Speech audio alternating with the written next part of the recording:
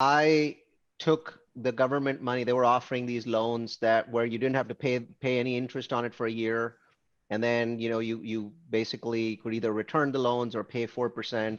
You're still accruing 4% Mm, interest, right? You're just not paying it. You're just going to pay it a year later, right? mm, They offered that money. I looked at it and I said, we could very potentially need to lend money to our projects. We could very potentially have 4 or 5 projects upside down. And even if one of them was upside down, it makes sense to take this money. So we took it, right? And we had one project with challenges and we ended up lending to them. And now we're just going to return the money. So I don't fully agree. I think a lot of businesses took money, but Cody, I think they're returning it early.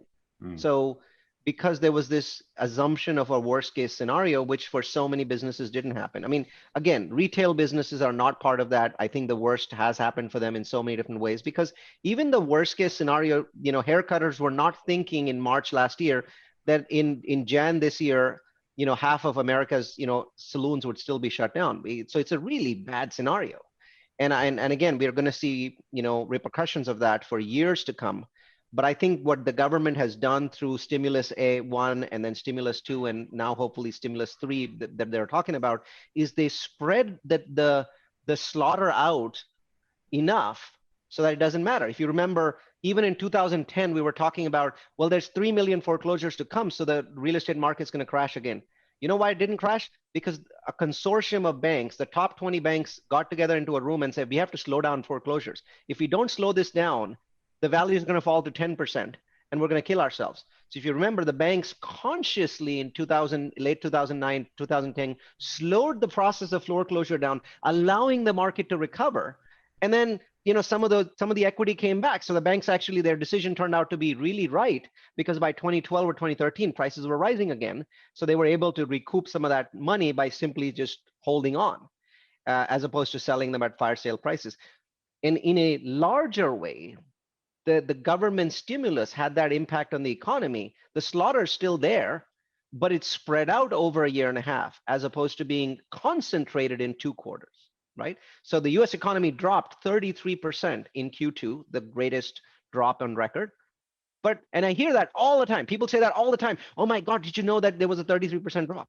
Well, how many people are saying that in Q3, the US economy grew by 33%?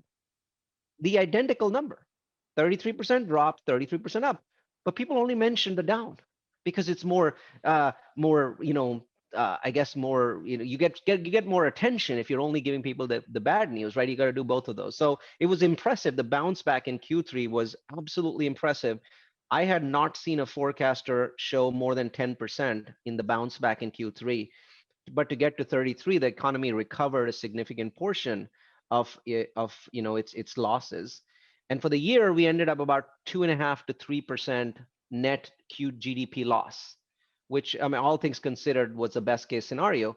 We're projecting a 3.56% increase in GDP in 2021, which is the best projection we have seen in 1.5 decades.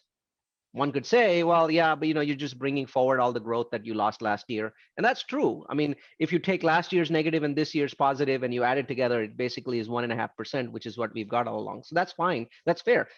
But my feedback is, yeah, but that part is behind us, right? The pain is behind us. So the fact that we could get to 3.5% GDP growth this year is very exciting to me, right? Because I've already made the sacrifices. One of my properties was going to sell for 30% IRR and ended up selling for 22. So I lost that money. It's done. Now I'm looking forward to the gain from all the interest rate cuts because some of my properties now, the cap rate compression benefits are already there. So we're seeing that in the US economy. I still feel very strongly, I feel very strongly that there is a very big upside here to multifamily, but it's on the cap rate side. I'm not seeing any trends that rents are going up significantly fast. I'm not seeing any markets break away and start seeing huge increase in rents. I mean, Yardi tracks this stuff. I mean, anyone that's listening to this, if you don't read the Yardi Matrix monthly rent report, what are you doing? I mean, you're in this business, and how much money you make, how much money your investors make is all completely dependent on the rents, right? Cap rates, what control do you have over cap rates? but there's a huge variation in rent growth market to market, right? So when I'm reading these, I'm not seeing anybody break away from the pack, to be honest. Phoenix is still ahead. It was still ahead a year ago. It was still ahead 2 years ago. So that nothing's really changed there. But from what I can see, rent growth this year, I think, is going to be pretty anemic. We might see a huge rent growth next year, but I don't see how that could be happening with so many people still behind on payments.